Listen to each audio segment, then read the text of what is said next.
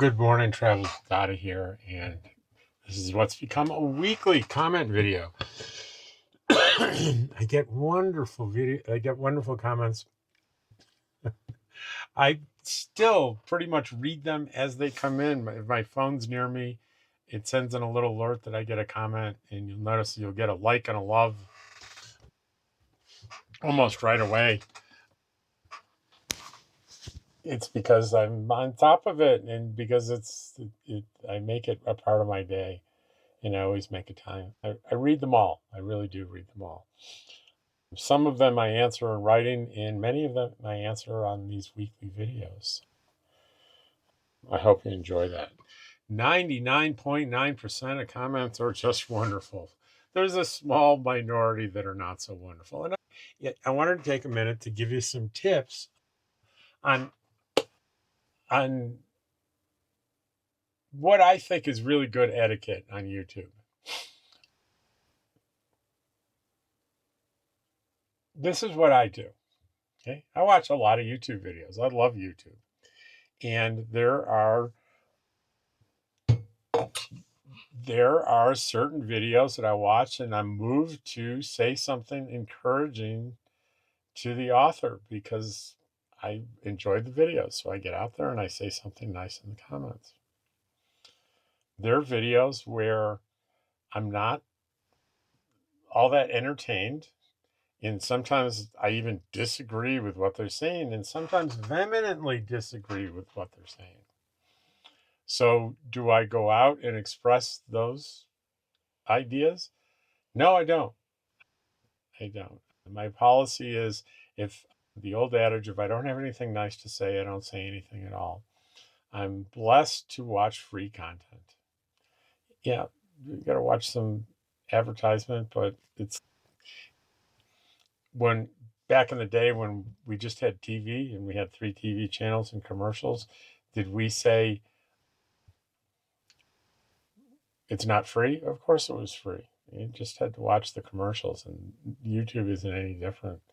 And while people probably did write nasty letters into TV stations and studios, it was pretty few and far between. We had a thing when if you didn't like what you were watching on TV, we changed the channel. Or we turned it off and read a book or went outside and played or went and made a sandwich, whatever. So criticisms, and don't get me wrong here. I even solicit information often. Those of you who've been in my channel long know the longtime commenter Ken, who is a great researcher. I'll be in a video and I go, see that mountain over there? I don't know how tall it is, but I bet Ken can find out how tall it is. And he likes doing that. He'll get on there in the comment and say, and I'll say, I think it's 9,800. And he'll get on and say, it's actually 10,268 feet. Good example. That's not a criticism. That's helpful. That's nice. That's kind. When I say something like, such and such a campground charges $6 a night, and someone comes on and said, Rob, I checked, and it's now here's a link to the website. It's now $8 a month. That's helpful and it's kind. What isn't? I would say, if I don't know you, I'm going to reverse roles a little bit. You're the YouTuber, and I don't know you, and I'm listening to you talk about your life kind of pretty openly and authentically, and you say something that I don't think it's a good idea. I don't think you should be eating that. I think you should be eating something more healthy. I think I'm being helpful and kind by getting on and saying, you should not eat what you're eating. You should do this and you should do that and you should take this supplement. And I get it where people think that's kind, but it's not really. Unsolicited advice is almost always unkind. There are people, I try to reason with some people because I think they're salvageable, because I think their heart's in the right place. And I say, I might respond to them and say, hey, I might dislike the comment, but then respond to it and say,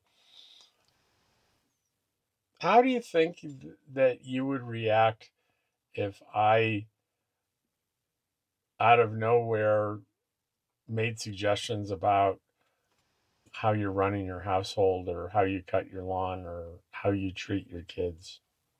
And I told you, you've missed the mark here, and here's what I'm gonna suggest that you do make. Here are the changes I'm gonna suggest that you make in your life. And are there people out there that would welcome that? Sure, but most people are gonna be like, "Who the heck are you?" Even if the information's right. So the good example is nutrition. You can see me on screen eating a donut. I don't know that I've ever done that, but let's just say that you did. There is no argument that could be made really that the donut is fundamentally good for my health. Let's say a Krispy Kreme donut, the little sugar bombs. Is it useful to point that out to me? No, probably not. Probably not. All I'm going to suggest is that the mutual enjoyment between viewers and YouTubers, I think, occur in a positive only space. There was a comment, I hope I get to it. I'm going to paraphrase it before I get to read the whole thing. He said, "You ramble a bit, but at least you don't do clickbait." That was the synopsis of it. And I didn't feel good about that. I read it and I said, why don't I feel good about that? He opened with the criticism. I ramble. If you're listening to a YouTube video and someone rambles, that doesn't sound like that's something that would be enjoyable to you. And they tried to turn it around by giving a compliment. The compliment was, you don't do clickbait, which means I'm not deceitful. You're rambling and not deceitful is not something that's not a feel good thing. Those things may be in fact true. One is there's an empirical truth. I don't do clickbait. Or if I do something that someone considers clickbait, it's an accident. I'm pretty good about not doing that. But rambling is pretty subjective. There might be people saying what they're listening to now is rambling. But generally, rambling has a verbal discourse that has no plan or speech or structure or logic in it. And other times I ramble, I'm sure, but rambling can be entertainment. Anyway, I think you get my point. I didn't block that comment. I just gave my feedback. And I didn't say what my feedback was. I said, if you think that I ramble, there's so many other options out there. And I don't mean that facetiously or in a mean way, but what are there, 1 billion views a day on YouTube? And of those 1 billion views, I get maybe a couple, 3,000? Yeah, about 3,000 out of the 1 billion views worldwide on YouTube. All right, let's do this. Let's go to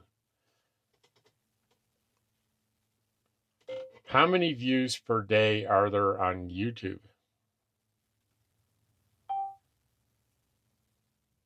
5 billion.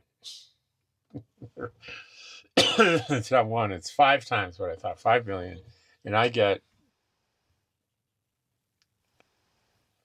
say, 3,000. That's a pretty narrow slice of the pie there. That is a very specific kind of person with a particular set of sensibilities that enjoy what I'm doing right now. And that's a pretty small number.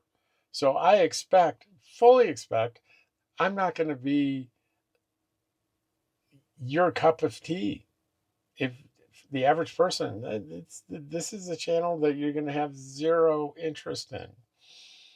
So I would expect that.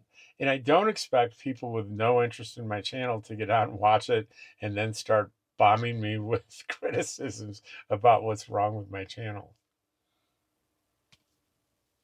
There's nothing wrong with my channel. You're maybe watching the wrong one.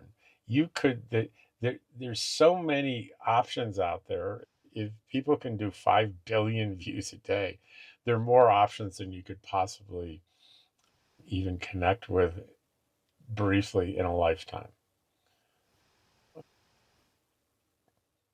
That's my rant about comments. And it's 10 minutes in. I haven't even read one yet. Oh boy. Oh boy. Oh boy. Oh boy. So let's get back to the comments. I had a video that was released yesterday, Cimarron Canyon Drive, empty campgrounds, and a surprising thing happened at a historic hotel. Free Boot says, I camped there about a decade ago this time of year, but after a week, I moved to Red River National Forest land for cooler temperatures. I really can't believe it's that empty. Now I'm up here sweating in Montana. I miss the monsoon. That monsoon, thanks for the memory. This video, I talked about a couple of things. I went from here, Eagle Nest, over to Cimarron, which is, I don't know, about 17 miles, I'm going to guess, in that neighborhood. And it goes through a gorgeous canyon in a state park, Cimarron State Park. And I've camped there in the past. And it was the week following 4th of July. So a peak week in the summer, I don't think. If it's not the peak week, it's in the top 5. So you would expect these campgrounds to be pretty full. And they weren't. I drove through both. And I think these are very small campgrounds. And the one, there was 11 open sites. And these are reservation sites. And there were 20, I think 21 in the other, which is huge. And I think, based on my limited personal sample size, unprecedented. Now, what's changed? A couple of things. And again, if you're looking for hard facts, it's not going to be in this part of the video. One is that I've been pretty tied into this community this summer with locals and businesses. And in general, there is a noticeable decrease in tourist traffic. Now, I'm not going to pretend that I know what to attribute that to, but it just pretty much is. The other thing is that the state park has very significantly raised both the rates and restrictions on camping. And I got to say, as a layperson who spent 2 summers with a out-of-state New Mexico park pass, that this was the deal. It's the reason I ended up moving to New Mexico, because I spent 2 summers traveling the whole state, staying in state parks. For an out-of-state resident, it cost me $225 for an annual pass. What did that entitle me to? I could stay and make reservations at parks for 2-week intervals. I believe it was, I could leave for 6 nights and I could come back. But I had to be, after every 2 weeks, I'd have to be out for 6 nights. So essentially what I do is I would move from park to park. What did that cost me? That cost me, for each 2-week reservation, a $12 reservation fee. Plus, I would, if I did things early enough and I was diligent, I could get sites that had water and electricity. And you don't really need sewer if you're only going to be someplace for 2 weeks, unless you're a big family and you fill that blank and gray tank quickly, which I don't even come close to filling it.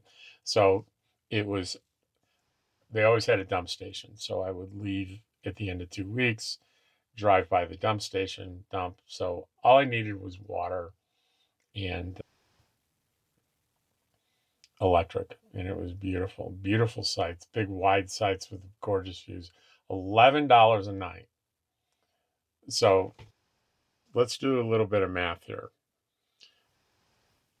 for 14 days at $11, that is $154 in camping fees plus $12 reservation fee, was $166 a week. And let's just calculate it for months. So 166 divided by 14 is $11.8857 a day. Let's times it by a 31-day month, and that's $367.57 for a month of camping in beautiful locations with electricity included and water included and a dump station included and trash included. $367.57. So let's round it. $368 a month. Let's say I did the whole month, so for $1,103, I could spend the whole summer traveling to and from some of the most beautiful parks in New Mexico. I wasn't having, if you're a resident, it was even better. That's changed. If you're not a state resident, it's not $225, it's $600. Plus, you can only stay a week instead of 2 weeks. That's significant. And the rates I'm very confused by the rates. It's somewhere between $20 and $35 a night with hookups. On the chart, it doesn't really differentiate between the rates for annual pass holders versus just walk-ins. So I'm very confused about that. There really needs to be some clarification on their site. I don't have an in-state yet. Because my permit expires the end of this month from last year. I went in and made a test reservation in a random park, and I was going to get charged $30 a night, and that's almost triple. And I could only stay a week. So that reservation fee, I'd have, instead of once every 2 weeks, I'd have to make weekly reservations and move weekly. Let's just take a look at that. Oh, let me back up a minute. I said it was $1,102.71 for the season. Let's add the cost of the pass from last year was $225. So it would be $1,328 for the season. So let's see what it would be this season. For a week, let's say it's $30 times 7 plus 12 is a week divided by 7 is now $31.71 a day times 31 times 3 plus $600. We're now at $3,550 for the season. Now, if I'm wrong about that $30, if it's 25 or something, let me know. But if you're not confused looking at their rates on their website, if you're not confused, if it's clear to you, you're smarter than I am. But that is a significant difference. So I think my best guess is we're not seeing, and it's not, as a resident, it's not that much better. Now, I can get an annual pass as a senior for $150. But guess what else they've done? In years past, like last year, I bought my pass in July. So it expires on the following July. Let's say mine expires at the end of this month and I go buy another one. It's only going to be good for August, September, October, November, December, 5 months, because they've changed it so it expires at the end of the year. Even if you bought it on December 1st, your annual pass is not an annual pass. It's a pass for a month. So that's another way to increase revenue. And I think it's sneaky. So it's not it feels like a ripoff to do anything but buy your annual pass January 1st, which is if I buy a resident pass next year as an over 65 150. But I still believe it's very expensive for a resident. But keep in mind, I've been going into these parks for a couple of years, and you see a lot of Oklahoma, Texas license plates. These are people from that were probably buying the annual camping passes. I think the state of New Mexico, sadly, has shot themselves in the foot here with raising these rates so dramatically. Part of the problem in the BLM land, the LTVAs in Quartzsite had the same problem. They waited too long. Politicians kept saying no to increases year after year for 10 years, 20 years, depending on whether it's, I think New Mexico was longer. It was similar though, where you get to a crisis where they say, we can't keep this open any longer because we don't have the money to do anything anymore. It's ridiculous. And finally, someone says, okay, you can raise your rates. So they end up making up for 20 years of rates that were far too low. Instead of gradually increasing it over the years and benefiting from those modest increases to maintain infrastructure and just if you let things fall apart over 20 years and then suddenly go to fix them, they're going to cost a lot more than if you took care of things incrementally over those 20 years. So that's what I think has happened. Now, in Quartzsite, Arizona, the rates are very similar. They were proposing $600 for the season, for a season pass in the LTVA, just like New Mexico. It didn't go through. Now, might it go through before September 15th? That's when the season opens in Quartzsite. Yeah, it could go through. It could go through today. But I guarantee you, YouTubers aren't going to be silent. The second it happens, you're going to know. What I do know is you can buy one ahead of time online. So if you want to go to Quartzsite this year and you want to protect yourself from a potential rate increase, go out and buy your pass now for $180 online. They really have to honor that. They can't say, I know you bought it in July, but we're raising the prices in October and you're going to have to pay the difference. They're not going to say that. That would be pretty outrageous if they did. They can't do that. Famous last words, right? They can't do that. Just because the government can't do something doesn't mean they won't do it.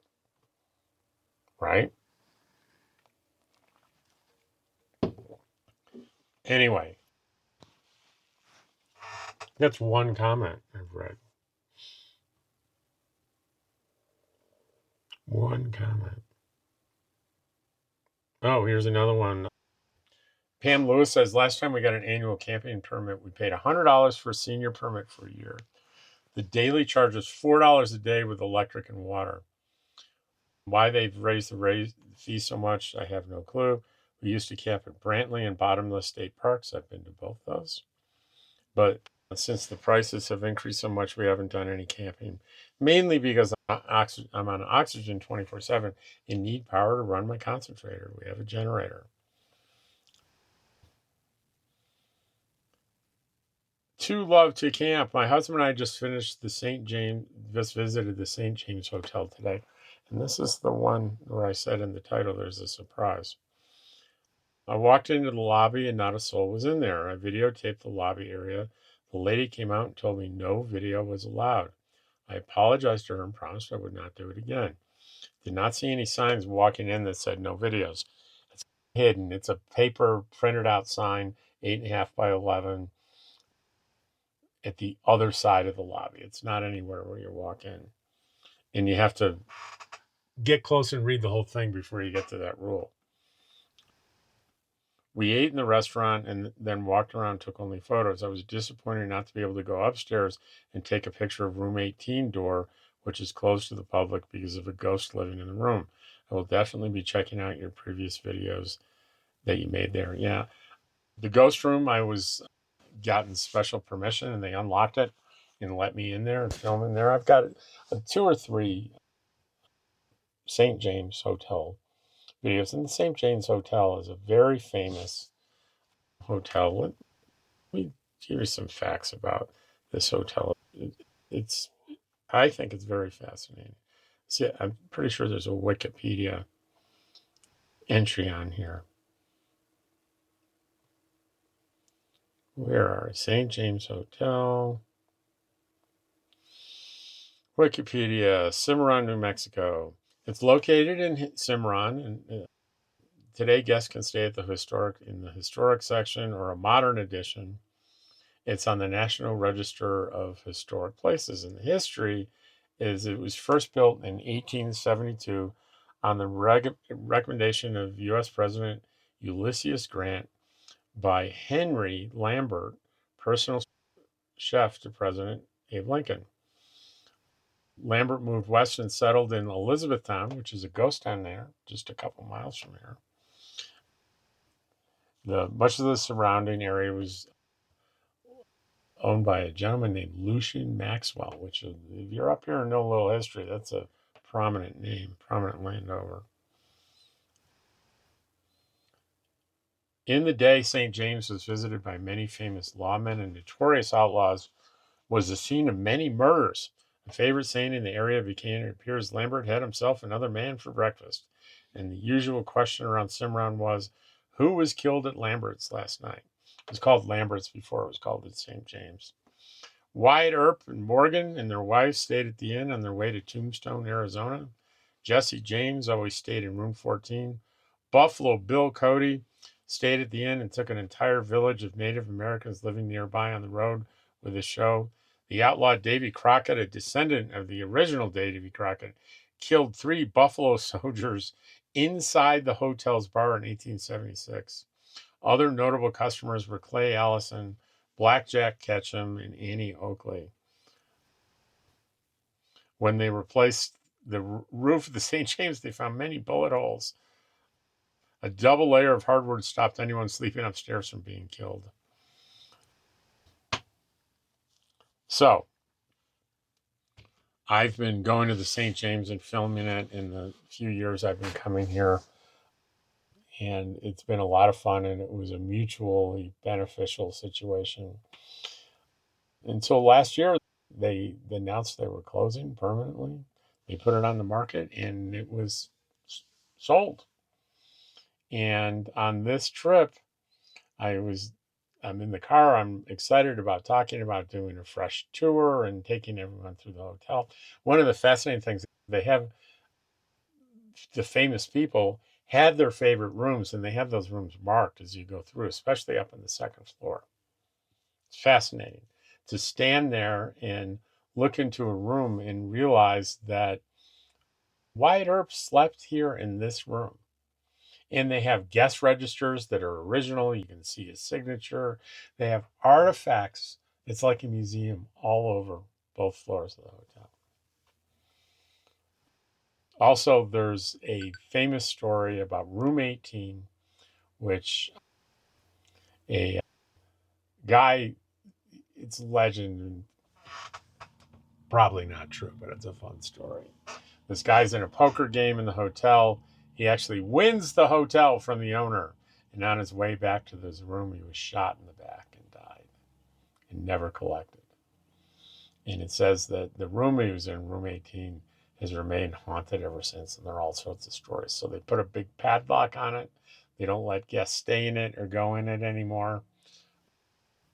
So they let me go in after I did more than one video that they liked. And I said, yes, come tomorrow. There's one guy with the key. He'll let you in. And they did. And I didn't see any ghosts.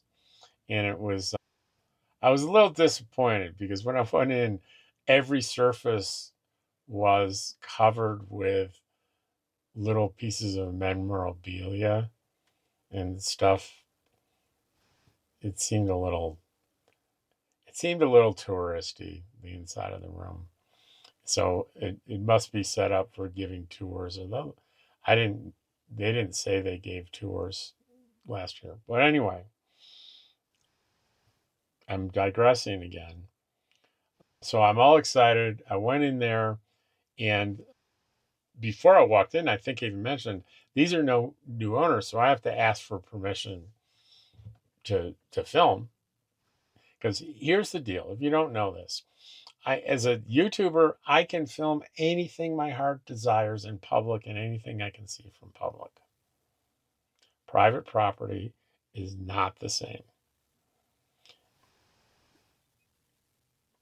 You may not need permission to film inside a private store, right? However, if they don't want you to film in there, they can ask you no filming. And what's the recourse if you keep filming? Very easy. Hello, 911. I have a trespasser. Can you send someone out to document the trespassing and ask them to leave for me? Thank you. Boom. Police show up. And here's the thing, you can get trespass from commercial properties or private property indefinitely. So think about it. If you're in a place like Family Dollar is a good example. Recently, their corporate offices passed a no filming rule. And let's say you break that rule and they call the police and you're trespassed. It's just not that Family Dollar, it's every Family Dollar. There are people that have been trespassed from Walmarts, and that includes all Walmarts. So there are people, unless they can get Walmart to agree to release that trespass, you can't go into Walmart anymore. There's a famous YouTuber who got trespassed out of Disney and couldn't, and this, he loved Disney, loved Disney, and had tons of Disney content. He couldn't do it anymore. And I think it took him something like 5 years to get back into their good graces and get that trespass lifted. So private property needs to be respected. Oh, so I was going to ask, and I'm in the lobby. I'm filming the lobby because I'm thinking if the answer is no, of course, I won't use the footage. And I notice 8.5 by 11 sheet of paper on the wall. So I go over and I film it. It's the rules. I said, oh, there are new rules this year. And I get down to like number 3. Absolutely no video filming. Still photography is okay, but not video. And that always blows my mind because video is a series of still photographs. That's all it is. That's the only difference. If you could snap that shutter fast enough, you'd have a video. If you could do it at 30 times a minute, which you probably could, that's 30 frames a second. If you could, that's a high definition video, but you can't do that at 30 times in a second. But anyway, then I continue to read, and it says there's no admittance to the second floor unless you're a guest or you're part of a tour. And I was just, so I immediately shut off my camera and I waited. The lobby was empty. Someone's got to show up. And the manager showed up. Very nice woman. And I asked her about that. She said, yeah, that's the real problem here. We have many valuable artifacts and people videotape them and they get stolen and defaced and destroyed. And when you're in a situation like this and someone is telling you about a definite rule and they're giving you the explanation for why they put the rule in and it makes no logical sense whatsoever, it will not serve you to engage that person in a debate in an effort to change their mind. But I got to tell you, especially saying you can take pictures but not video, because video will cause our valuable artifacts to be stolen and defaced.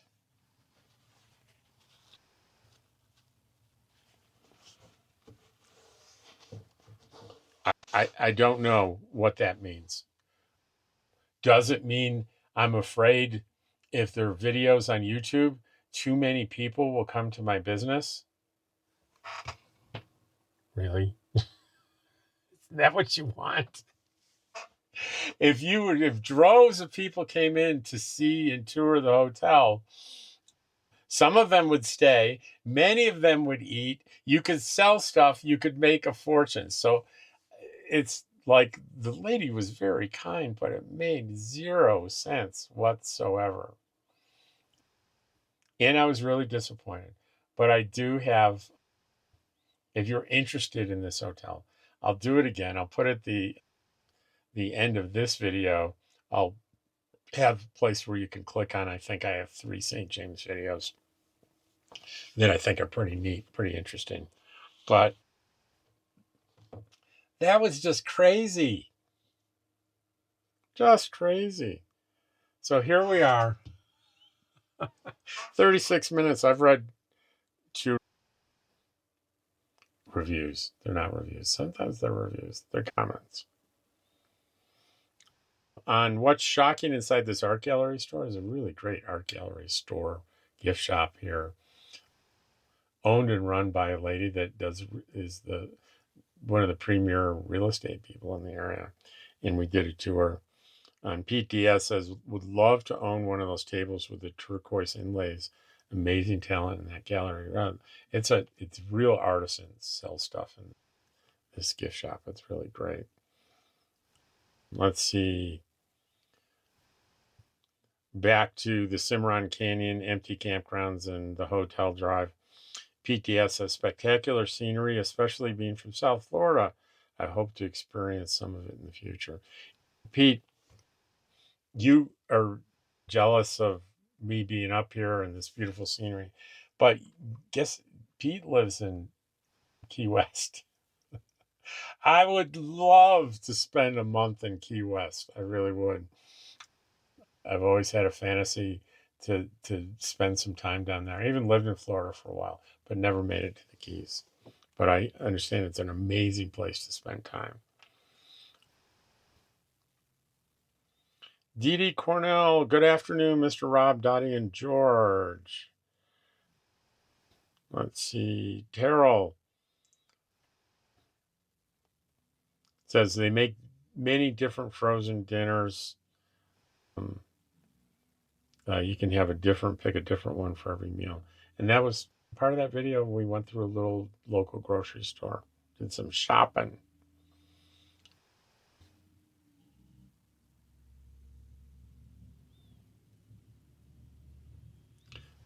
This is on the same video. Muskegon Land says the fee, etc., for camping is to stop the influx of nomads, I'm guessing. I don't know what that means. that is just, I'm still stunned by that comment. Fees for camping are to have an income to maintain the campground, especially when it's like a state park. And why would you want to stop nomads unless you think nomads are homeless people that don't pay in trash places? Change your done. I'm a nomad. I'm a proud nomad, and I pay my way. And my friends are nomads. We pay our way. I don't. It, I'm not a big fan of that comment.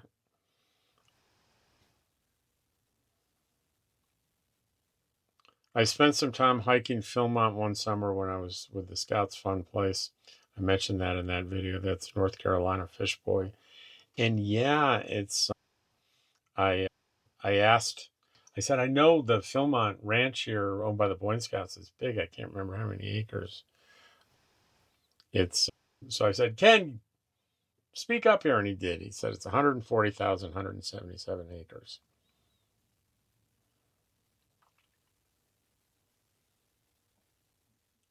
Okay, here's the one that I left. I just hit the dislike button on it. Ken Bell says, Rob, you may ramble, but at least you're not posting clickbait just for likes. No sensational titles, just a shock. Keep it up, and next year let's see how many subscribers you have over the current 8,600 going for 10,000. I said, if you don't like my rambling, then there's a lot of other options out there. Because it's a comment that is there there's a compliment in there, but is it really a compliment? Is it a compliment to say, I really like you. You're not a liar. You're not a cheater. You're not deceptive. Congratulations. You're boring, but you're an honest borer.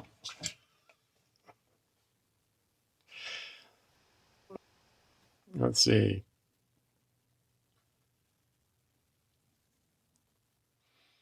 This was Real Estate in Eagle Nest, is the same woman that owned that wonderful gallery gift shop. And I talked to her for almost an hour about real estate in the area, something I have an interest in. And I thought maybe other people might, and they did. It got well over 1,000 views. People love this video.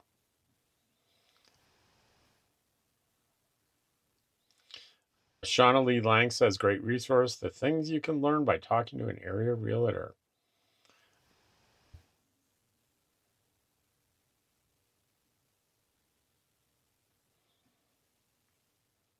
Trail and Tail said, I've been looking for a full-time move towards this region, but there must be some sort of safe infrastructure to pass through town and get to the mountains and lake and other amenities in nature via bicycle. I know that 64 is a dangerous road for cyclists in certain segments that don't have a shoulder.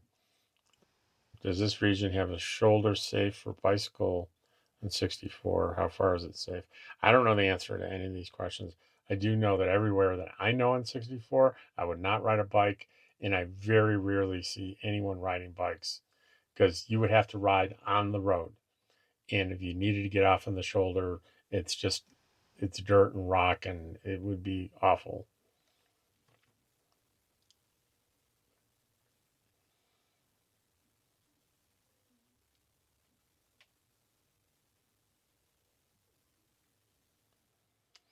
Everything here is on the real estate one, and a lot of people like that real estate one.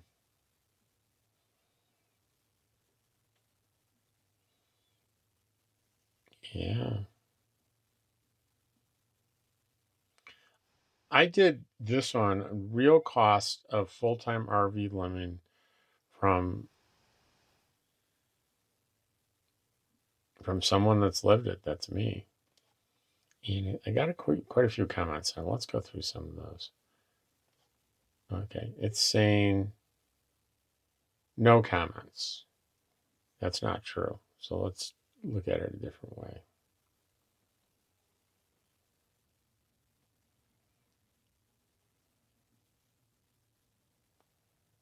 All right, here we go. View all. Developer says, my first hurdle is having a home address for Social Security, Medicare, and banking purposes. I want to continue in Arizona. Do not know anyone or have family. That's tricky. If you're not willing to buy a place or alternatively rent a place year round as a home base, and you use a mail service as your permanent address, and you tell DMV that's where you live, you tell the insurance company that's where you live. Here's the risk as far as I'm concerned. You don't live there. Okay? You really don't live there. It's a post office place. Not a post office place, but a private mailbox place. And certainly if insurance companies find that there's a false statement on your application, I'm pretty sure they're free to deny claims. And if they say that the vehicle is parked at 126 Main Street, and they find that 126 Main Street is a mail drop or private mailboxes, they know your car's not there. So you're not telling them where your car is located. Unlike me, I have a permanent address down in Artesia. And yeah, my vehicle's not there now because I'm out camping. But when I go home, that's where it is. And you can't really make an argument that's not where my home base is. If you go to that address, there's a place where a vehicle can park. And if you're right there at the right time, you'll see my vehicle parked there. Also, banks want to know where you're physically located. I've I've heard anecdotal stories about nomads losing their bank accounts. Obviously, they're not going to take the money from you, but they'll lose their ability to do banking there, and you'll have to transfer the money somewhere else that would, or cash it out or whatever. So there's insurance, there's banks, there's maybe depending on the state where you are, residency requirements saying, hey, you don't live in a you don't live in a little private post office box. You need to live here somewhere. Where do you sleep? So there's a lot of things to consider. And now, all that said, are there not thousands and thousands of nomads that I know that use like the escapees in Livingston, Texas, there as a domicile? They use places in South Dakota as a domicile. I was owner member of an RV park in Pahrump that I said, this is my address. It's a physical address. And I had my mailing address as a private mail service. But I said, hey, this is to the bank and to the insurance company. I said, this is where I lay my head and this is where I sleep. And this is where my car is parked. And I was there I was there for 2 or 3 months in the spring and 2 or 3 months in the fall. So argue about 6 months out of the year. If you went to look for my car and my head on a pillow, you would go to the address I provided and you would find me there. All right. Now, if I just used that mail drop, you wouldn't find me there. You'd find a business there. That wouldn't be good. Now, in order to get residency in Pahrump, this is in Nevada, I had to demonstrate that I've lived at least a month in an RV park or anywhere, any kind of lease or receipt or anything. So I went to an RV park, not the one I ended up with, but a different one, Nevada Treasure, and I paid for a month and I stayed there exactly the 30 days. And on the 31st day, I checked out. I drove to the DMV, presented my slip, and got my plates and driver's license and everything all done in a couple hours there at the DMV. But I never returned. I never, ever returned to the place where I lived for 30 days. There wasn't a particular statutory requirement that you continue to live there. If someone, and I reported that address to the DMV and I reported it to the bank, but I gave a P.O. box mailing address to everyone. I think I was taking a little bit of a risk. Nothing ever happened. The bank never questioned me. Eventually, I changed that address with the DMV to the preferred RV resort where I felt much better about that. Not only was that a place that I was going to be close to 6 months out of the year, but also as a member owner, you got actually a little deed from the county saying you're a part owner. So you owned a fractional piece of that real estate. So I felt pretty good about the legality of that, but it was certainly never tested. CBRR says, I agree. And this is on the real cost of full time living from someone who actually lives it. That's the title. And this guy, CBRR 111, I agree you should get an RV inspection before you buy. Losing $1,000 than losing 200,000 or more of your financing. Same here. I love my bumper pillow as well. I feel like I'm more options should have a problem with a truck or trailer. He agrees with me on a couple of points. And here's a good example of he could have disagreed with me and talked about it in the comments in a very productive, kind way, which I would have appreciated. He'd have gotten a lot of love from me. As there, there are people that say you don't really need to hire an RV inspector for $1,000. If you educate yourself, you can inspect it yourself. Personally, even after being doing this for 4 or 5 years, living in an RV, I don't feel qualified to inspect a new RV. I could expect a lot of it, but I would rather shell out $1,000 for a certified RV inspector that I know is going to go over everything with a fine tooth comb. And if they're experienced, they've seen it all. And and for negotiation, if I have a report in my hand saying all these things are wrong and I have to fix them, you need to bring your price down. That's a pretty powerful thing. It turns out he agreed with me, but it would have been okay if he didn't.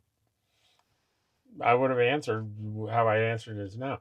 I do have friends that are probably equivalent to a certified RV inspector. They don't need one, they can do it themselves, but I'm not one of those. And just the big pluses of having a bumper pull. I was talking about there's all kinds of RVs you can get. I choose to get an RV that doesn't have an engine in it. My engine is my Ford F-150. So I think if I have an engine problem, a mechanical problem, it's much easier fixed in many more places with my F-150 pickup truck than some big RV. And push comes to shove, it's the worst thing is I can probably afford to replace my F-150. And as long as the structure of my camper is intact and the wheels and axles are good, I can still, everything in it can be broken. It still could be livable. And I can fix the broken things one at a time on my own timeline and budget.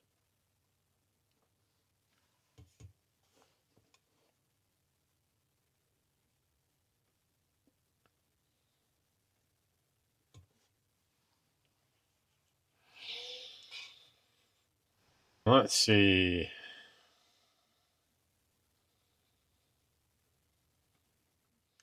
Dusty Guitar, very excited you're going to go get a mini split. I plan to do the same thing. So much quieter than a traditional rooftop AC unit. Are you going to have someone help you put it in? I know I will need help. Keep the great videos going. Well, I'm not getting the mini split in the trailer. It's in my tiny house down in Artesia. And so there was a two-step process for me.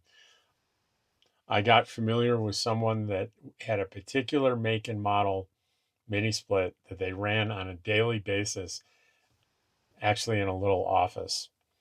And they were very happy with it. So I saw it installed. I saw someone using it day in and day out without problems. So I decided that's a good one to get. And of course, I read my reviews and did my research, and everything comported with that personal experience.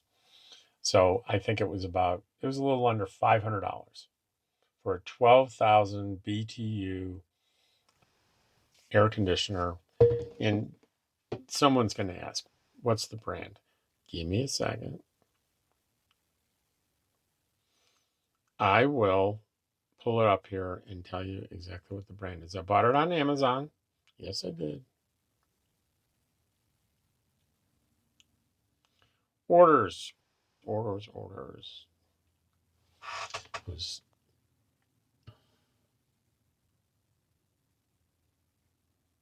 Where is it?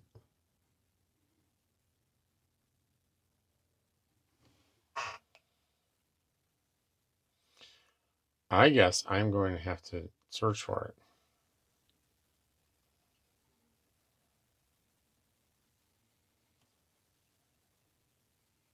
There it is. Costway is the name of the company. Costway 12,000 BTU mini split air conditioner and heater, a 20 SEER.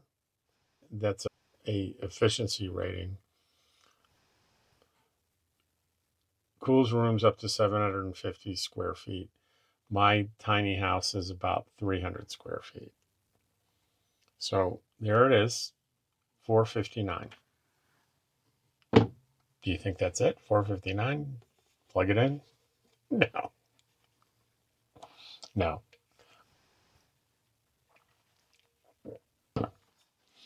I have what they call a lease for life on my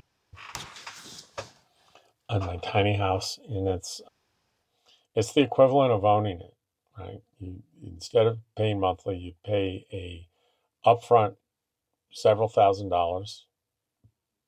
Just say, this is, I get this property in perpetuity, but I don't have title to it. However,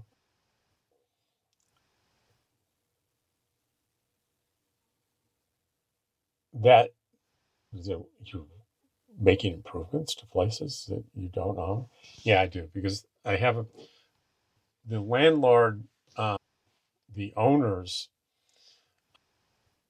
when I leave, whether it's horizontally on a stretcher or I decide I don't want to live here anymore, that initial investment I get back, plus they give me credit for the dollar value of improvements I put on the property. So I'll get this money back either walking away or passing away. So it's worth it. Now, why do I say that? Because there was tax on this too, right? So what? Let me look at the invoice and I'll tell you. View order details. Invoice. Here we go. Grand total $570.81. There's $30 tax, and there was $100 shipping and handling. Yikes! It's starting to get expensive. But do you just plug it in? No. Actually, there are two things that I had to do. Or two. One is it requires by code to have its own separate electric circuit with a separate breaker. And it needs to be hooked on the outside of the building. So guess what? I had to pay an electrician about $700 to $750, something like that, to go off my electrical box, create a new circuit, get this outdoor tubing, go around the back, have a junction box in the back, and have that all ready to go. About $750. Licensed electrician. And then there are YouTube videos where you can install one of these things. Oh, by the way, and you can have these things sit directly on the ground, which is a bad idea because moisture will get in there. So you have to put it, a lot of people put it up on a little mini foundation, but then they also sell a bracket where you can hang it on the side of the building. That's what I did. And that was another $112. So this is not like a window air conditioning where you fit it into the window, plug it in, and boom, you're going. There's both electrical and the freon substance. Do they still call it freon? I'm not sure. That circulates from the outside unit into the head inside. And it comes charged with that, but there's like adjustments that you need to make. And there's a special gauge that you need to put on there that doesn't come with it, and you need expertise to do this thing right, or you need to be a real DIYer that really knows how to follow directions and is willing to drill holes through the side of your house and all kinds of stuff. That's not me. So I hired someone. Guess what? And about another $750. So we're talking 570 plus 110 for the mounting bracket. That we're up at 680, then 750 for the electrician, plus another 750. We're at $2,180 to have this thing installed. window AC. I have a window AC in there. It's not in a window. The prior owner cut a hole in the wall and it's sitting in that hole, all nice patched and everything. And that thing I could replace for a couple $100. So why do it, 10 times that? For two reasons. One is that I was there in June, and it gets hot in the summer there. And let me tell you that little AC was barely keeping up. I wasn't always comfortable in the heat of the day, and it was using a lot of electricity because it was working so hard. It's not very efficient. And when I'm there in the winter, when it gets cold, and yeah, I have a space heater, and I actually used this when I first got there in April. Did I get there in April? Yeah, I think it was April. Yeah, I got there in April. It was cold mornings, and I had a space heater, a little space heater, but that draws like 1,200 watts. It's serious.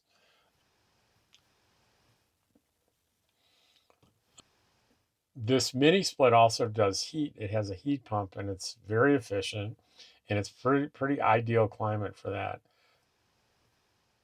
Also, now what I have, if I decide to be there in the summer instead of here for whatever reason, maybe for health reasons, I can't travel. And it's 110, 115. That mini split plus that AC unit in the wall that I kept, by the way, if I crank them both on, I can turn that little 200 square foot house into a little refrigerator. Trust me. And if it's that hot, I won't care how much electricity I'm using. So that's my justification. And I have gone way too long. I have no clue whether this video is going to be of any interest to anyone.